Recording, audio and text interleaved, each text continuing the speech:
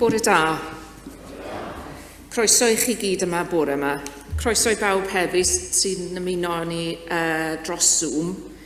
Mae falch I weld bod Dylan gyda ni heddiw, hefyd meddwl amdano chi a'r teulu hefyd. Cyhoeddiadau, o'n i'n meddwl mae un neu ddau oedd gyda fi'r weid bore yma, ond mae rhestr hir, so dyma ni mynd. Noson gyrru, nos Fercher, am 6:30 yn y Sioga. Os ydych chi'n dymuno mynd, a newch chi ddod i'ch enw ar y daflen sy'n y cyntedd, mae'ch cyfle ola chi heddi rhoi'r enw lawr.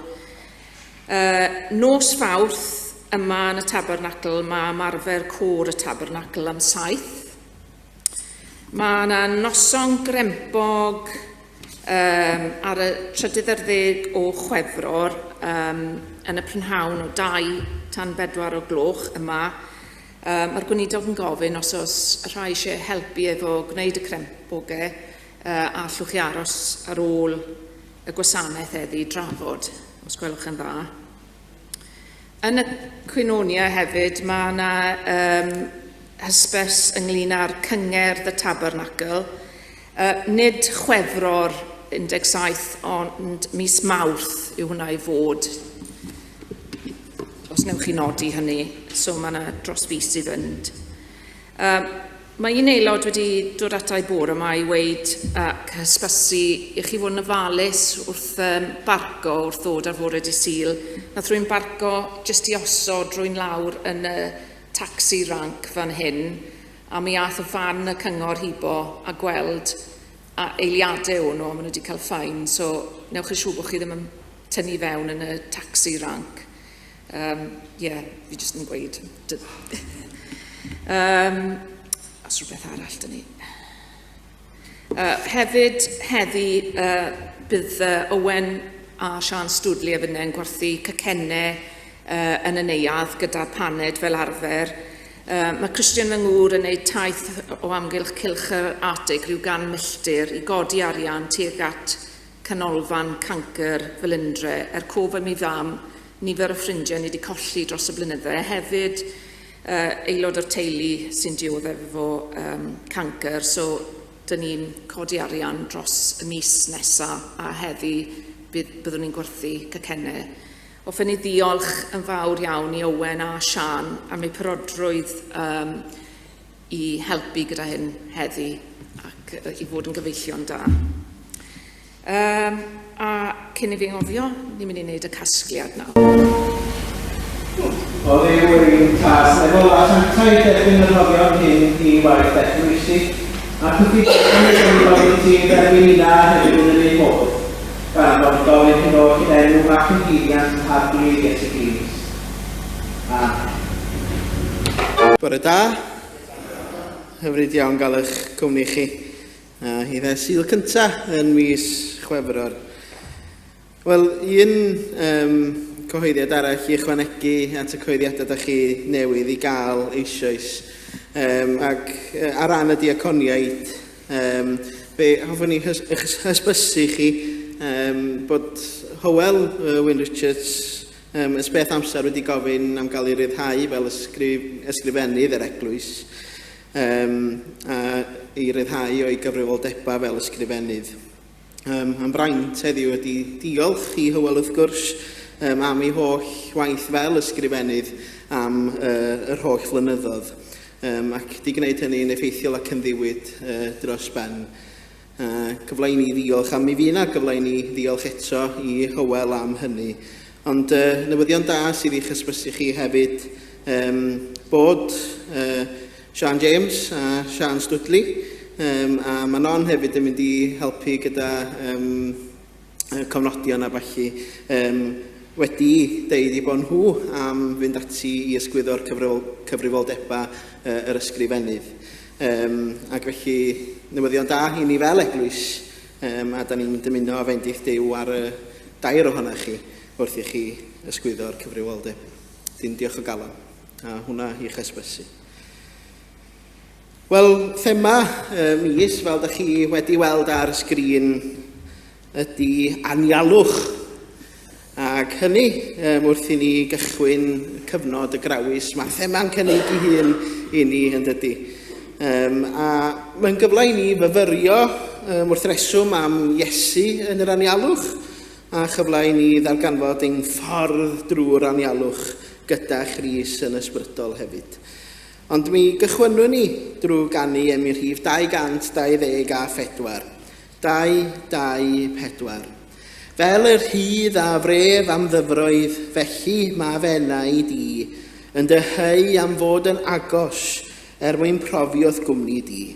Ti dy hun yw fy nerth am tŵr, a chyda thi rwy finau'n siŵr.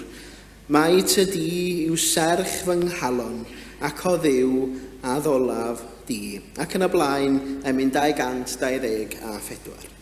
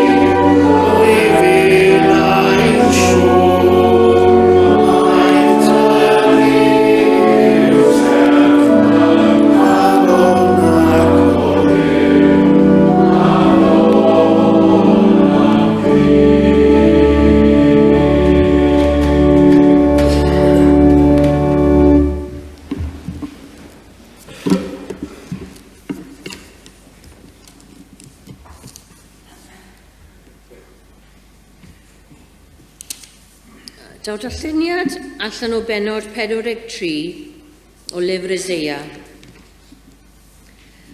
Dyma'r hyn a ddywed yr arglwydd, eich gwaredydd, sanctaidd Israel. Eich mwyn chwi byddai'n yn anfon I Babylon, ac yn dryllio'r bara I gyd, a throi can y Caldeaid yn wylofain. Mae fi, yr arglwydd, yw eich sanctaidd, creawdwr Israel yw eich brenin. Dyma'r hyn a ddywed yr arglwydd, a agorodd ffordd yn y môr, a llwybr yn y dyfroedd enbyd, a ddi gallan gerbyd a march, byddin a dewrion, a hwytha'n gorwedd heb neb i'w codi, yn darfod ac yn diffodd fel llun. Peidiwch yn meddwl am y pethau gynt. Peidiwch ag agos gyda'r hen hanes. Edrychwch, Rwyf yn gwneud peth newydd, a mae'n tarddu yn awr, o'n i allwch ei adnabod. Yn wir, rwy'n gwneud ffordd yn yr anialwch ac afonydd yn y diffeithwch.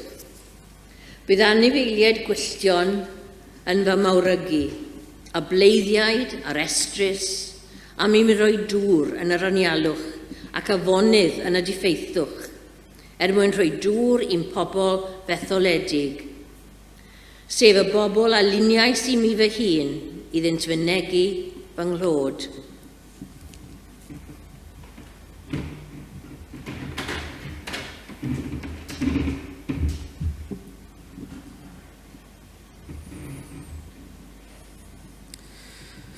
O diolch i Dduw am ei air ar yn cyfer ni bore yma. A gadwch chi ni droi at yr arglwydd mewn gweddi.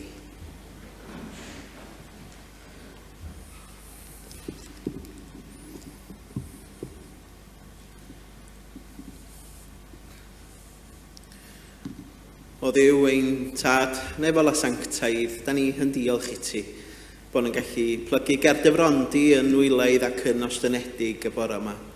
Yn diolch bod ni wedi gallu ymgynnull gerdyfrondi gyda'n gilydd, fel dy deulu di, fel eglwys.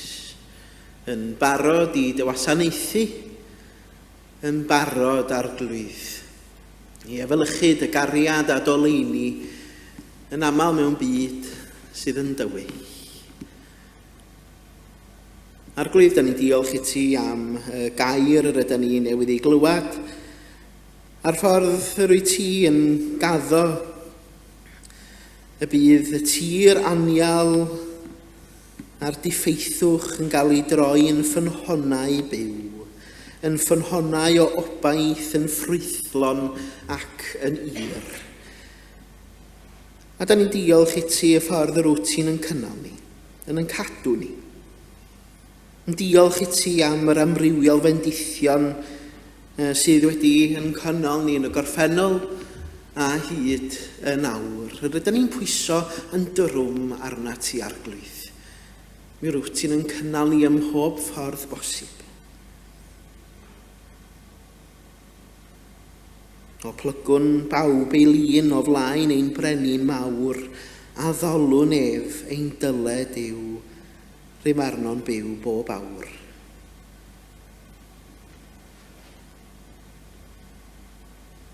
Da ni'n cydnabod arglwydd mae ar dy drigareddau dir da ni yn byw. Ac wrth i ni sylweddoli ein dibyniaeth arna ti, da ni'n teimlo ein ddyletswydd arna ni i ddod i gyflwyno yn diolchgarwch i ti bore yma.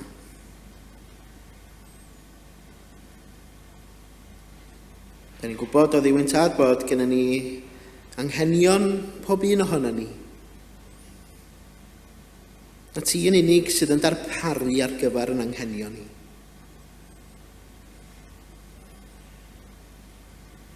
Ac felly, arglwydd, da ni'n cyflwyno i ti ein anghenion y bore yma, ac ymdawelwn am ychydig rwan i gyflwyno rheini i ti. Y gweddia bach tawel hynny sydd ar yn calona a'n meddylia arglwydd. Cawn gyfla i dadlwytho rheini arna ti yn awr.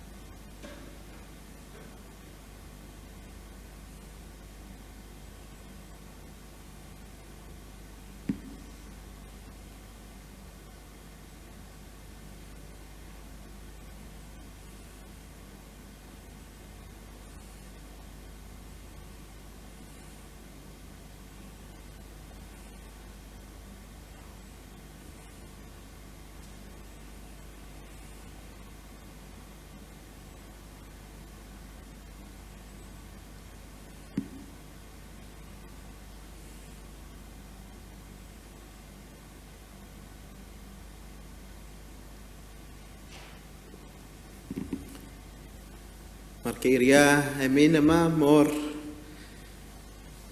wir ar yn cyfar ni y bore yma. Holl angen dyn ty di a'i gwir. Difengu laid I wallan llwyr. Ni digon popeth hebo ti, bara ein bywyd, cynnal ni.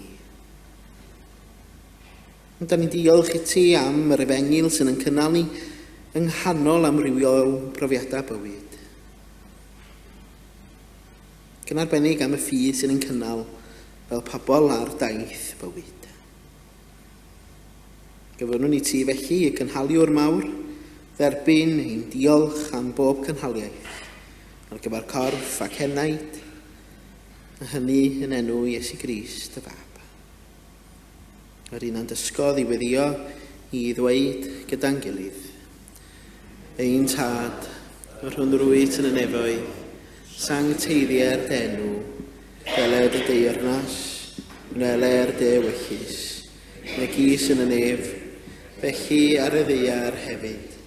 Dyroi ni heddiw ein bara benyddiol, a maddau ni ein dyledion, fel y maddiwn unau i'n dyledwyr. Cnac harwain ni brofedigaeth, eithyr gwared ni rhag y drwg, canes eiddo ti o'r deyrnas, a'r nerth, a'r gogoniant, yn oes oesoedd. Amen. Wel, mi wnawn ni aros yn fyfyrgar ac yn weddigar wrth I ni ganu yn hemi nesaf emir rhif 600. Distewch, cant mae presenoldeb Crist, y sanctaidd un ger llaw. Dewch, plygwch ger ei fron mewn dwfn barchedig fraw. Di bechod yw fe, se lle saif mae'n sanctaidd le. Distewch, cans mae presenoldeb Crist, y sanctaidd un ger llaw. Ac yn y blaen, emir rhif 600.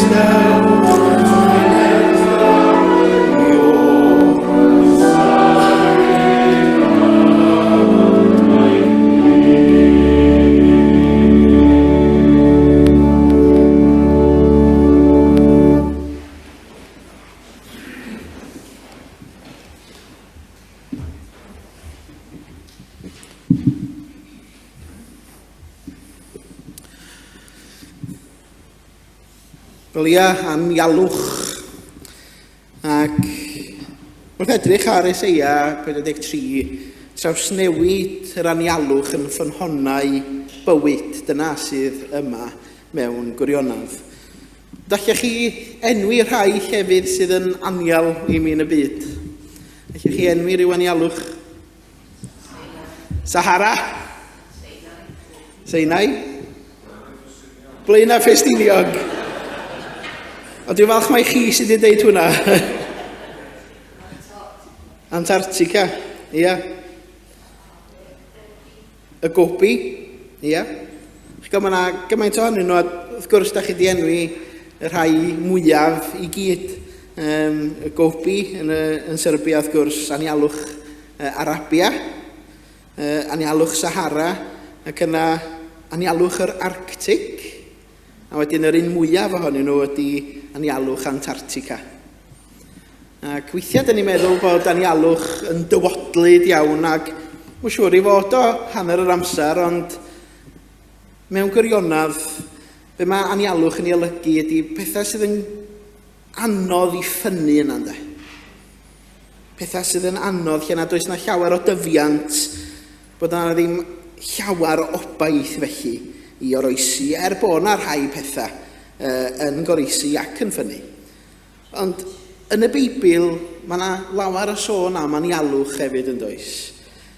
Ac da ni'n enwi Moses yn yr anialwch gyda'r genedl wrth gwrs am 40 mlynedd.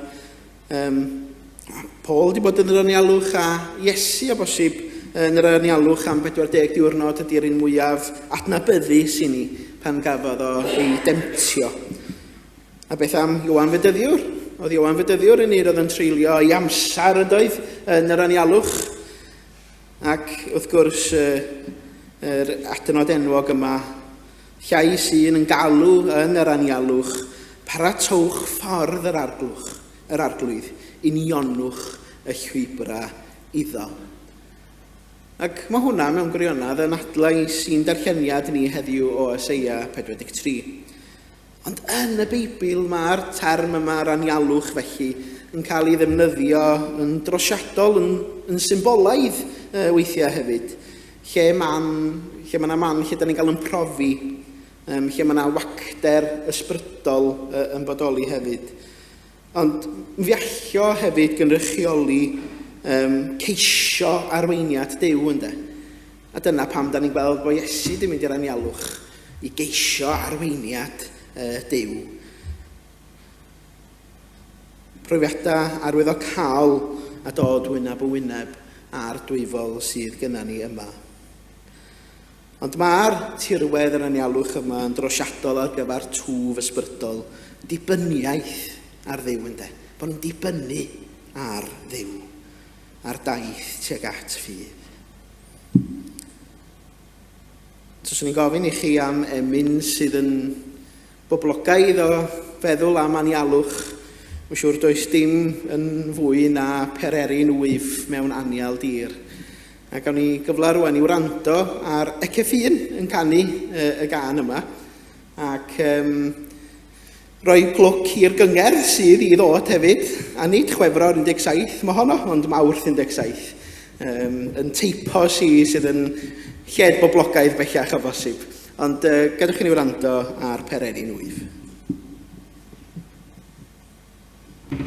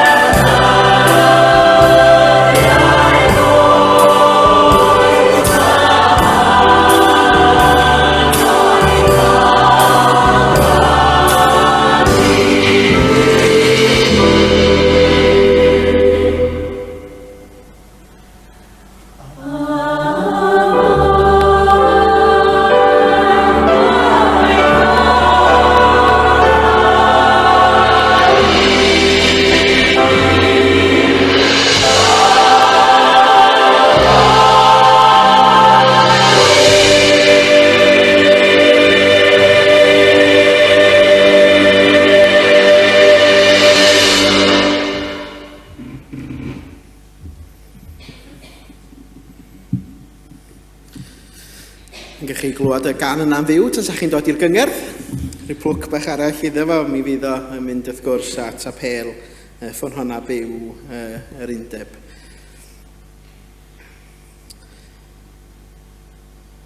Eseia 43 yn sôn am yr anialwch yma. Ac yn gyntaf, y ffordd drwy'r anialwch ynddo. Ni ffeithwch yn heria ni a'n caledu ni. Mae tirwedd yn gallu ymddangos yn sych a cawn gysur yn y sicrwydd bod gallu Duw yn ddiwiro, bod o'n gadarn, felly bod o'n solat hefo ni. A mae Eseia 43 yn atgoffa ni, mae Duw ydy'n noddfa ni. Mae Duw sydd yn noddfa i ni mewn cyfnod o gyfyngder.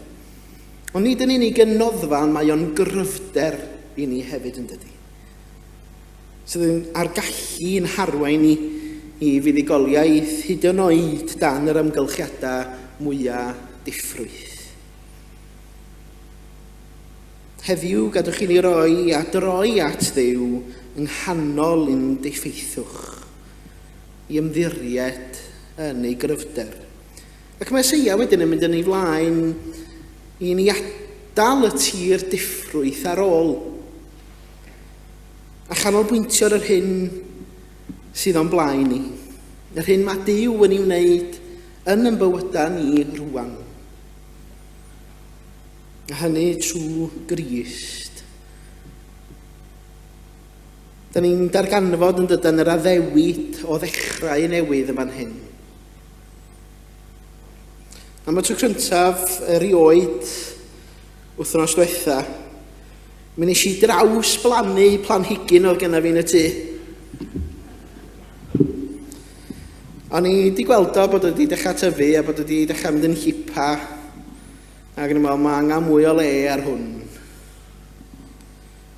Ac felly, ar ôl i mi draws blannu a rhoid e mewn potyn bach ydy bach mwy, bron iawn yn syth bin. Oedd y dail yn dechrau cryfhau. A dwi reit obeithiol rwan bod o'n mynd i dyfu hyd yn oed yn fwy. Ond o'n i dyna mae Duw yn gwneud yn bywydau ni'na hefyd ynddo. Pan mae pethau'n gallu'n tagu ni, pan da ni'n gweld bod pethau yn gorthrymu ni, mae Duw trwy Grist yn ei gariad yn rhoi mwy o le i ni ffynnu dydy. A gyda'r dŵr bywiol hynny, da ni'n parhau i dyfu a chryfhau. Yn ysbrydol fel unigolion, fel eglwys.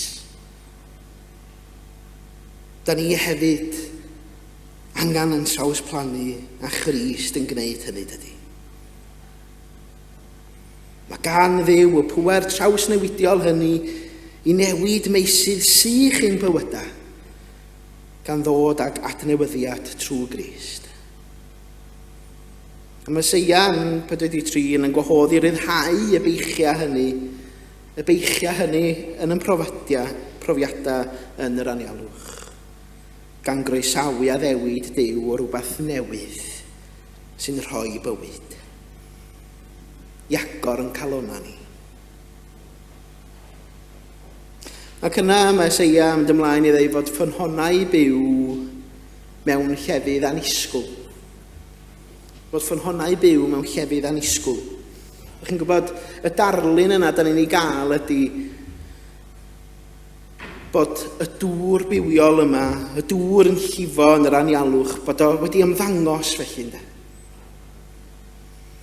Delwedd byw o allu Duw i ddod â bendithion anisgwl yn ein bywydau ni. Yn Eseia 43, gan yn hysbrydoli chwilio am ffynhonnau byw yn ein bywydau ni.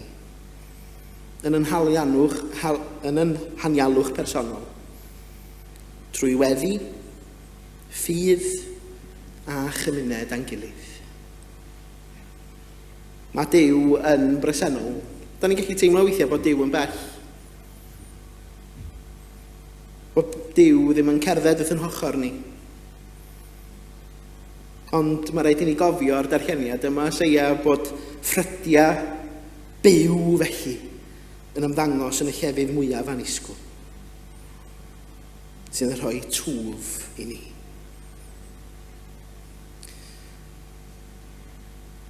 Fel o'n i'n dweud, mae yna sawl emyn sydd yn sôn am anialwch. A mae'r un yma gan William Williams, a na i gloi gyda'r emyn yma. Arglwydd arwain drwy'r anialwch, fi berenni'n gwael ei wedd. Nad oes ynof nerth na bywyd, fel yn gorwedd yn y bedd, holl a lluog ydy'r un am cwyd i'r lan.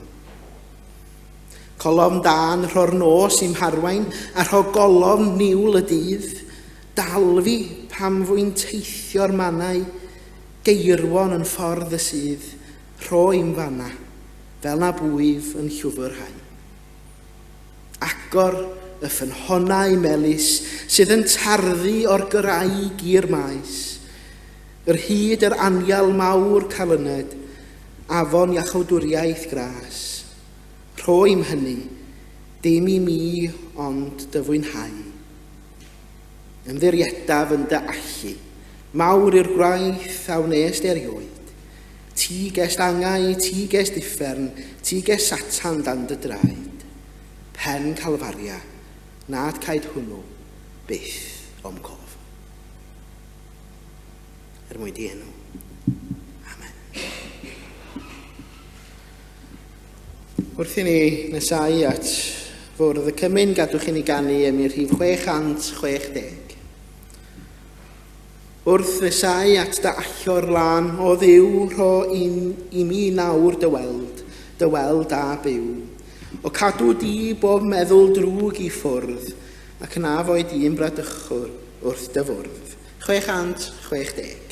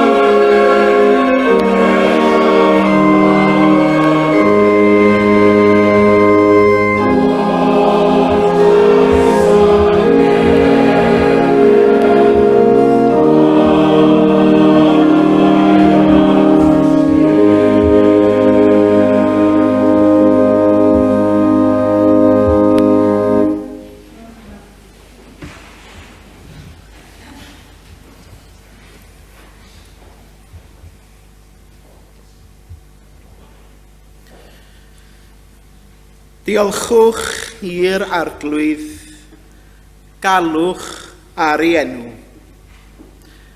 Gwnewch yn hysbys ei weithredoedd ymysg y boblwydd. Yr arglwydd Iesu a ddywedodd, dewch ata i bawb sydd yn flinedig ac yn llwythog, ac fe rodda fi o'r ffwystra i chwi.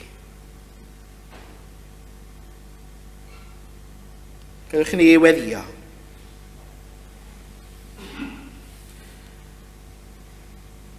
O Dduw ein tad, nefel a sanctaidd, diolchwn i ti, yn bod ni wedi gallu ymuno o amgylch y bwrdd gyda'n gilydd yn dywydd di.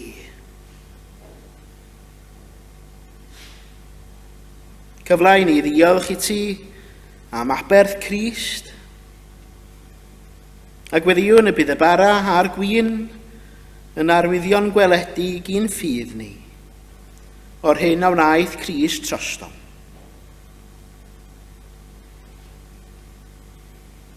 Wrth i ni gyfranogi, clyma ni'n agosach atat, ac yn wrthwyo pawb ohona ni i fwyta ac yfed yn deilwng o'r elfenna hyn.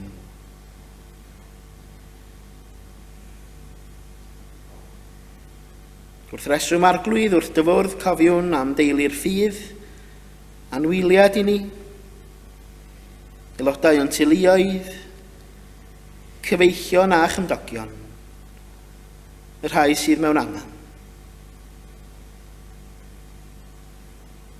Cofiwn am y rhai sydd wedi ei huno yn yr Iesu, a chyflwyno'n y rhai sy'n galaru thofal di. Ond wrth y bwrdd hefyd fe gofiwn am y byd a'i anghenion.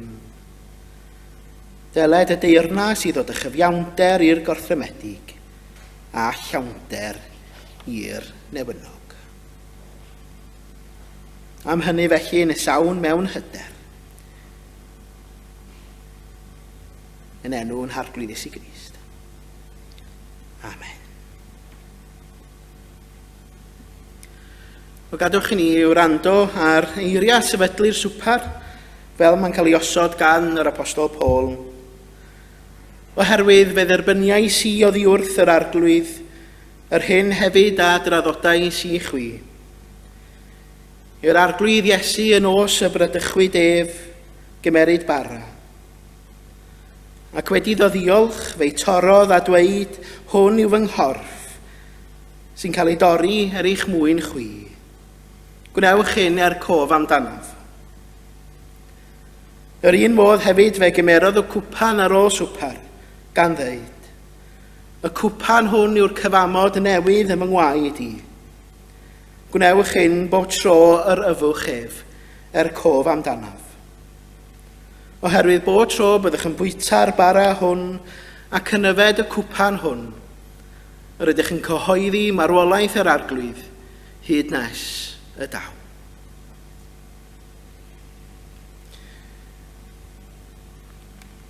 Nid yn bwrdd ni yw hwn, nid bwrdd y Tabernacl, ond bwrdd yr arglwydd Iesu Grist. Ac felly mae croeso i unrhyw un sydd yn caru'r arglwydd Iesu ymuno hefo ni o amgylch ei fwrdd. Ewch gan hynny felly, a rhannwch yr elfennau i blith eich cyd-gristnogion.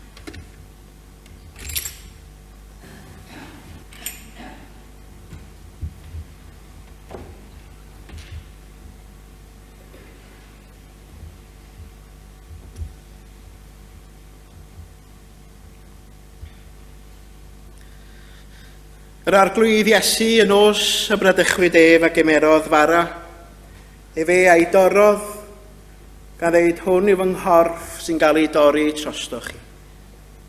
Gadwch i ni felly fwyta o'r bara cof amdano.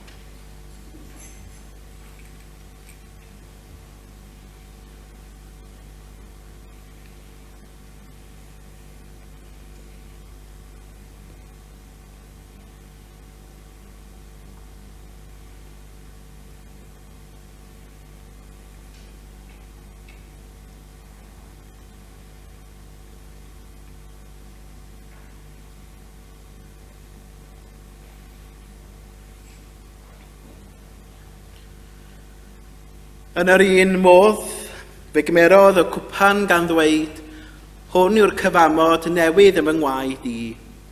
Gadwch i ni felly yfed o'r gwyn cof amdano.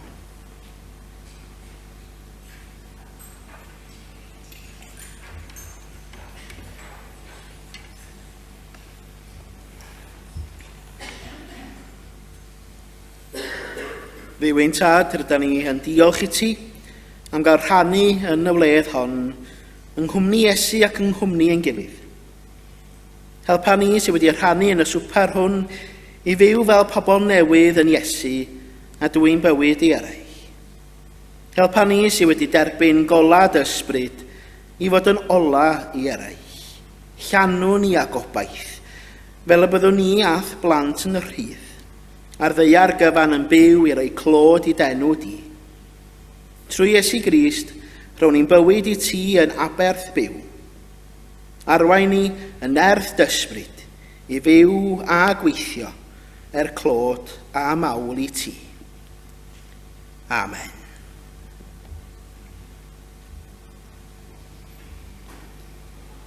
O gadwch i ni droi at yn hemyn olaf felly, sef Emyr Rhif 400. Emyr Rhif 400. Iesu yw'r ior y cread sy'n cyhoeddi, cans drwy'n erth pob llwyn a pherth a ddaeth i fod. Iesu yw'r ior cyfanfyd sy'n mynegu, hael, lloer a ser datganant. Mae Iesu yw'r ior. Ac yn y blaen, Emyr Rhif 400.